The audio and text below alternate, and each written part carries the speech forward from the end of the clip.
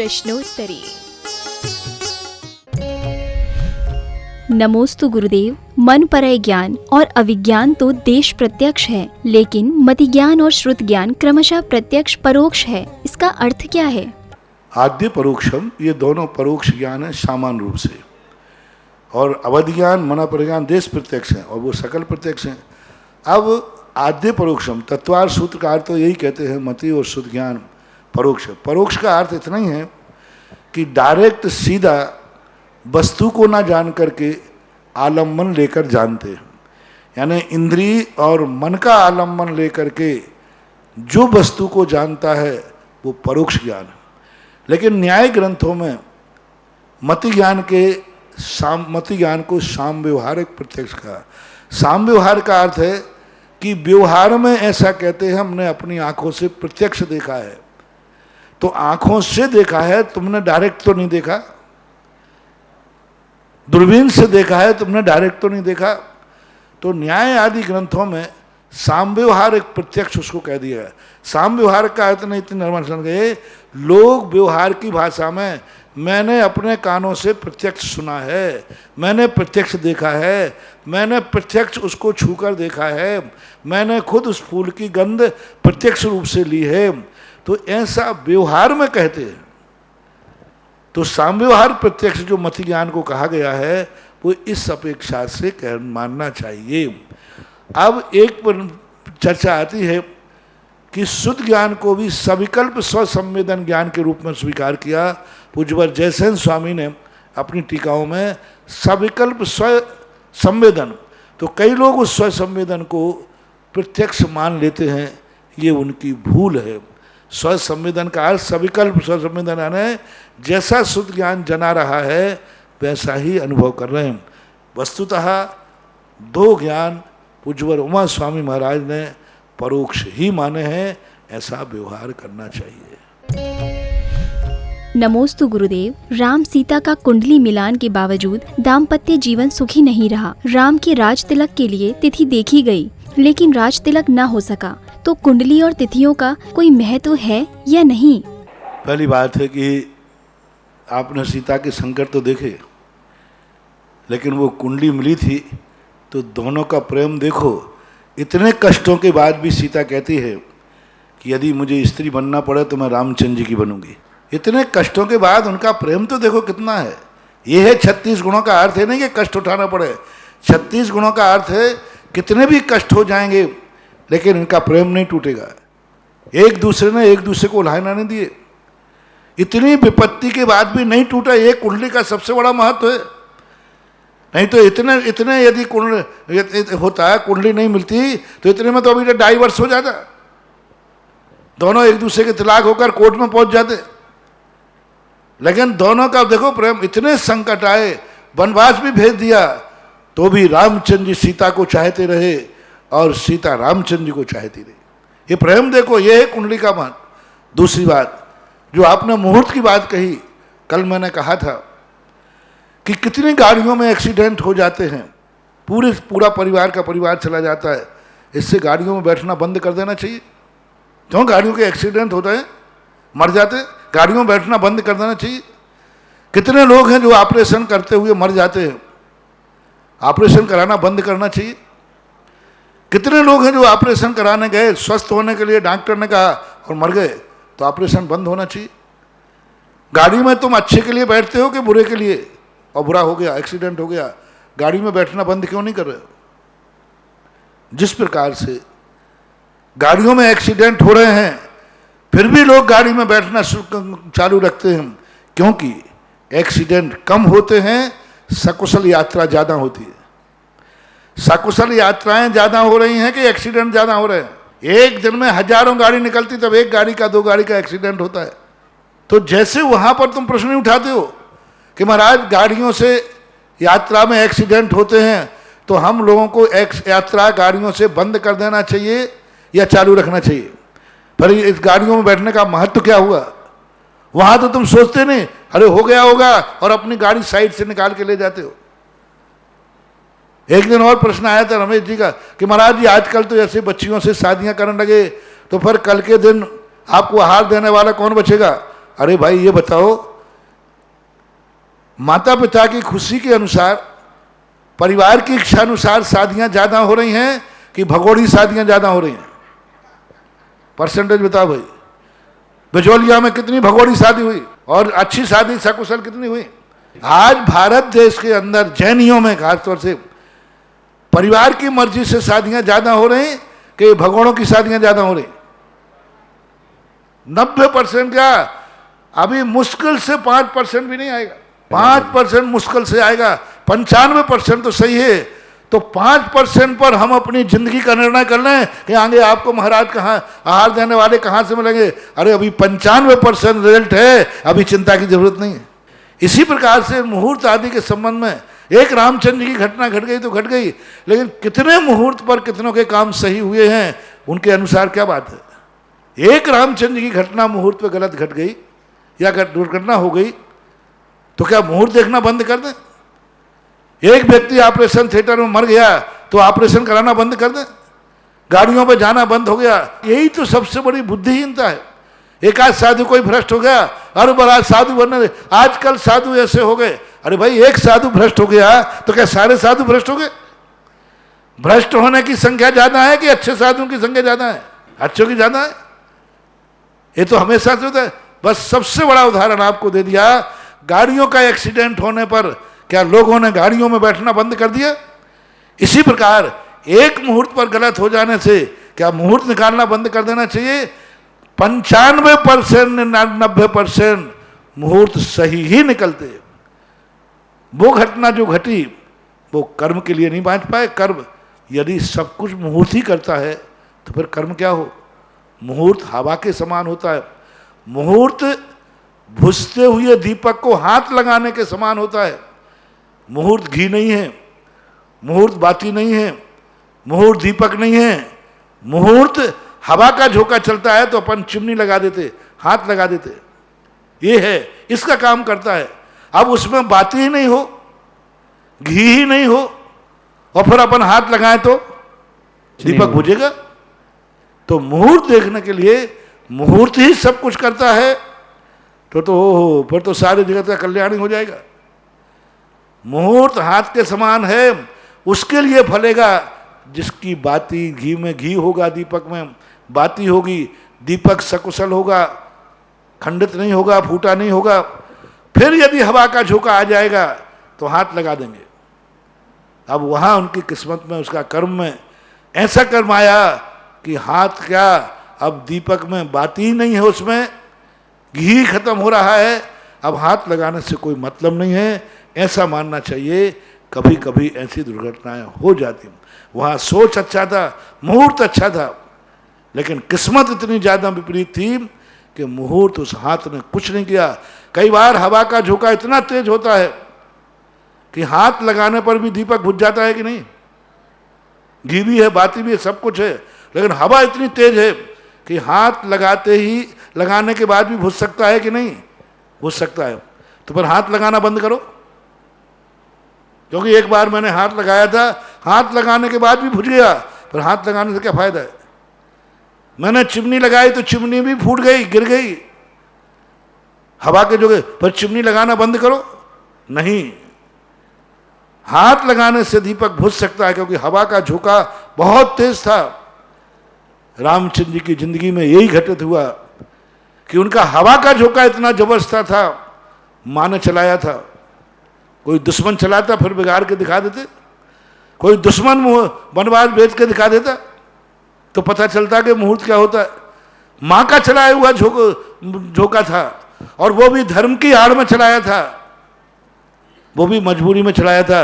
इतने सारे विपरीत होने पर ये घटनाएं घट जाती हैं। इसलिए इसको ऐसा मानना चाहिए। अन्यथा जिन महानुभावों ने प्रश्न किया है, उनकी जिंदगी में जिस जिस कार्य में घटना घट जाए, यदि उनके परिवार में एक्सीडेंट हो जाए उस गाड़ी में नहीं बैठेगा, यदि कोई दवाई नुकसान कर जाए तो दवाई नहीं खाएगा, भोजन करने से दस्त लग जाए तो भोजन नहीं करेगा, क्योंकि कल मैंने भोजन किया था तो उससे दस्त लग गया थे, आज से भोजन खत्म। क्यों? एक बार दस्त लग चुका। ऐसा सोचो महानुभाव। नमोस्तु गुरुदेव। अधिकांश जीवों का मरण लेटे लेटे होता है, तो क्या वह लेटे लेटे ही अन्य गति में जाते हैं या कोई अन्य आसन से जाते हैं? प्रश्न यह है कि लेटे लेटे यदि एक व्यक्ति के प्राण निकल जाते हैं तो फिर वो किस आसन से जाएंगे? हमारे यहाँ मोड़ा होता है। पहले आत्मा के शरीर के जो प्रदेश है वो कोई ना कोई मोड़ा लेंगे। मान लीजिए लेटा है तो वो लेटे के सीधे निकलेंगे, क्योंकि आकाश तो अनंत है। चाहे खड़े में निकलें चाहे बैठे में निकलें, वो सीधे निकल जाएंगे। जैसे मान लो लेटा है तो उसको सिर की तरफ जाना है, मान लीजिए दक्षिण सिर है, तो उसके प्राण दक्षिण की तरफ निकल जाएंगे सीधे। और जहाँ उसको ऊपर जन्म लेना है वहाँ जाकर के मोड़ा लेकर के फिर सीधे हो जाएंगे। इसी प्रकार पैरों की तरफ से निकल जाएंगे। मान लो दक्षिण सिर है तो पैरों की तरफ से पैरों से निकल जाएंगे। मान लो पूरब की तरफ जाना है तो ऐसे आड़े पैर के लेटे लेटे निकल जाएंगे, इधर निकल जाएंगे। और जहाँ उसको वहाँ तक तो सीधा जाएगा। जैसे मेरे हाथ को देखें लेटा हुआ, ये हाथ लेटा हुआ है और आत्मा के प्रदेश मान लो सामने जाना है, और सामने जा कर के जहाँ उसको जन्म लेना, ऊपर जन्म लेना है, यहाँ से 2 कोस दूर, 2 कोस दूर में ना, तो यहाँ के आत्मा के प्रदेश सीधे लेटे लेटे जाएंगे। और जहाँ उसको जन्म लेना है वहाँ के बाद वो सीधे होकर के और उस जीव में जहाँ पर जाना है वहाँ लेंगे। क्योंकि जो शरीर में जिस आकार में निकलते हैं वो आकार नहीं बिगड़ता। यदि वो लेटे हुए गए हैं तो शरीर लेटे हुए जाकर के वहाँ जाकर खड़े हो जाएंगे और फिर वो अपने गति पकड़ेंगे, श्रेणी पकड़ेंगे। एक बात। दूसरी बात, क्योंकि आगम में ऐसा प्रश्न उठा के कोई जवाब नहीं दिया गया। दूसरी बात यह है, लेटे ही लेटे यदि गए और लेटे ही लेटे जाकर के वहाँ चले जाएंगे जहाँ उसको जन्म लेना है, और वहीं जाकर के जहाँ जन्म लेगा वहाँ जो योनि स्थान होगा उस योनि के अनुसार अपने आत्मा के प्रति को सिकोड़ लेंगे। कोई बाधा नहीं है। मान लो जैसे यहाँ हाथी का आत्मा जा रही तो हाथी के आकार की जाती है, चींटी की जा रही तो चींटी के आकार की जाती है। यदि लेटी हुई आत्मा जा रही है तो लेटी हुई चली जाएगी, क्या बात हो गई। सीधा जाके ऐसा मोड़ा लेगा और वहीं से मोड़ा लेके लेटे हुए आत्मा के प्रदेश सीधे चले जाएंगे लेटे हुए, और जहाँ उसको जन्म लेना है वहाँ सिकुड़ जाएंगे। ये 2 व्याख्याएं मानना चाहिए। दूसरी व्याख्या ज़्यादा आगम से प्रमाणिक है। पहली व्याख्या मात्र मेरा चिंतन है, मेरा सोच है, उसको आगम में कहीं लिखा। दूसरी जो व्याख्या की है, लेटे हुए आत्मा के प्रदेश लेटे हुए ही जाएंगे, लेटे हुए जाए और सीधे लेटे हुए जाकर के और वो विग्रह अनुश्रेणी गति पकड़ेंगे। क्योंकि एक प्रदेश से तो जाना नहीं है, आत्मा के असंख्यात प्रदेश हैं। तो चाहे वो लेटे हुए हों और चाहे बैठे हुए हों, जिस अवस्था में हैं उसी अवस्था में आत्मा के प्रदेश जाएंगे। क्योंकि विग्रह गति में आकार बिगड़ता नहीं। जिस आकार में शरीर में से निकले हैं वही आकार रहेगा, ऐसा आगम वचन। नमोस्तु गुरुदेव। बच्चे छोटी छोटी समस्याओं पर गलत कदम उठा लेते हैं, आत्महत्या कर लेते हैं। क्या ये पूर्व जन्म के संस्कार हैं या वर्तमान में माता पिता के संस्कार? उसको माता पिता ध्यान नहीं दे पाए कि आखिर क्यों दुविधा में पड़ा हुआ है। हमारे लिए जो गार्जियन होते हैं उनको मनोवैज्ञानिक अध्ययन होना चाहिए। माँ को अपने बेटे का मालूम रहता है, वो बालक कुछ भी नहीं बोलता, फिर भी माँ बेटे की तकलीफ पसंद समझ लेती है। माँ को कैसे मालूम कि इसकी पसली में दर्द है, पसली की सिकाई चालू कर दे। तो वो देख करके परख करके होना चाहिए ज्ञान। इतनी सीमा तक क्यों पहुंच गया वो कि उसको सुसाइड करना पड़ा। उसकी यदि हम दशा को पहले समझ लेते, पहचान लेते तो बचा सकते थे। कई बार तो परिस्थितियां ही उसको मजबूर करती। कौन मरना चाहता है, लेकिन जो परिस्थितियां हैं परिवार को शेयर करना चाहिए। माँ बाप को सबसे पहले बच्चों के प्रति इतना संवेदनशील होना चाहिए। इसलिए तो मैंने कहा था कि बच्चों के ऊपर कभी विश्वास नहीं करना, कभी विश्वास नहीं करना। हमेशा एक ही संदेह के जीवन में रहना, ये किसी भी समय कुछ भी कर सकता है। तुम इतने अंधे विश्वास हो जाओ, मेरा बच्चा है, मेरा बच्चा तो कुछ कर ही नहीं सकता, मेरे बच्चे से गलती हो ही नहीं सकती, तो ये अंधा विश्वास नहीं। मैंने आज प्रातःकाल के प्रवचन में कहा था, हर माँ बाप को अपने बच्चे पर कभी विश्वास नहीं करना, हमेशा सावधान रहना, ये मान के चलना ये किसी भी समय कुछ भी कर सकता है, हमें निगरानी रखना है। ये कुछ भी बाजार में कुछ भी खा सकता है, किसी से भी दोस्ती कर सकता है, कहीं भी जा सकता है। तो मत समझो कि तुम्हारा बच्चा है, वो अपने आप में कोई इंसान भी है, वो खुद अपने आप में कुछ भी सोचने की क्षमता रखता है। इसलिए जागरूकता हर माँ बाप को रहना जरूरी है। परिवार है तो परिवार में एक दूसरे के प्रति जागरूकता रखो, एक दूसरे को समझने का प्रयास करो, तो बहुत कुछ बच सकते हैं। कई बार हमारी, हम कहते हैं ना, इतनी ज़्यादा महत्वाकांक्षाएं व्यक्ति कर लेते हैं। कई बार माँ बाप इतने टाइट हो जाते हैं बच्चों के प्रति, उनको जीना मुश्किल हो जाता है। और कई बार माता पिता इतनी महत्वाकांक्षा रखते हैं बेटे से, इतनी महत्वाकांक्षा कि बेटा कहता मेरी शक्ति ही नहीं है। जैसे हमने एक बार कहा था ना, कोटा के अंदर एक बच्चा सुसाइड करने लगा। क्यों? उससे पूछा, बोले मैं मम्मी पापा को बहुत चाहता हूँ और मम्मी पापा मुझे बहुत चाहते। अब मम्मी पापा की मेरी इच्छा है कि मैं IAS ऑफिसर बनूं, और जब भी माँ कहती है बेटा मेरी तेरे ऊपर ये उम्मीद है, मेरी तेरी, जब भी फ़ोन करती बेटा पढ़ना, देख तू ही मेरा दीपक है, तू ही मेरी ज़िंदगी है, मैं तुझे इतनी ऊंचाई पे देखना चाहती हूँ, क्या इतनी सी इच्छा मेरी पूरी नहीं करेगा? तो बस बेटा कहता है मैं माँ को इतना चाहता हूँ कि इसकी इच्छा पूरी तो मुझे करना है, लेकिन मैं खुद समझ रहा हूँ कि मैं माँ की इच्छा पूरी नहीं कर पाऊँगा, मैं IAS ऑफिसर नहीं बन पाऊँगा, मैं उतने नंबर नहीं ला पाऊँगा, और माँ की इच्छा पूरी नहीं होगी तो मैं जिंदा नहीं रह पाऊँगा। तो उसने मरने का भाव कर लिया। मैंने उनके माँ बाप को बुलाया, मैं वहीं कोटा में था। मैंने कहा IAS ऑफिसर बनाना है, उसके पहले ही आप इसके लिए आर्थिक के लिए लेके जाने की स्थिति आ गई। IAS ऑफिसर तो छोड़ो, तुम्हारा बेटा भी नहीं रह पाएगा। उस बेटे के ऊपर इतना ही भार डालो जितना वो कर सके। आज बच्चे सीमित हैं, सब कुछ वही है, एक ही बच्चे पर उनकी पूरी जिंदगी है। पहले 10 बच्चे होते थे, बढ़ जाता था, सब कुछ बढ़ जाता था। आज एक एक बच्चे सबके पूछे, अब एक बच्चा है, बस वही जिंदगी है उनके, वही प्राण है, सब कुछ, जितनी इच्छाएं हैं सब एक बच्चे पर है। अब एक बच्चे की तो उसकी तो सीमा है।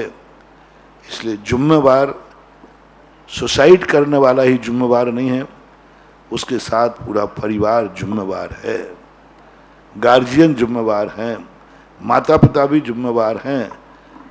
75% तक माता पिता परिवार जिम्मेवार है।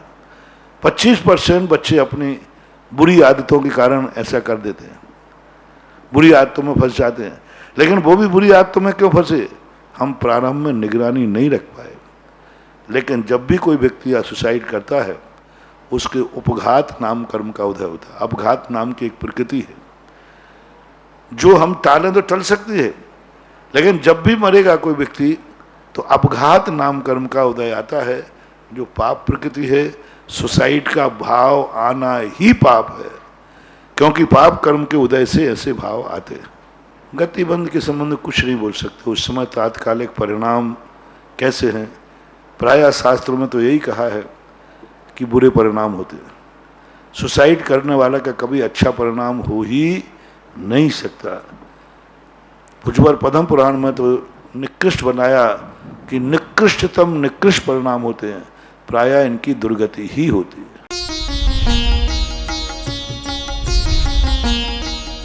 सुधा प्रश्नोत्तरी।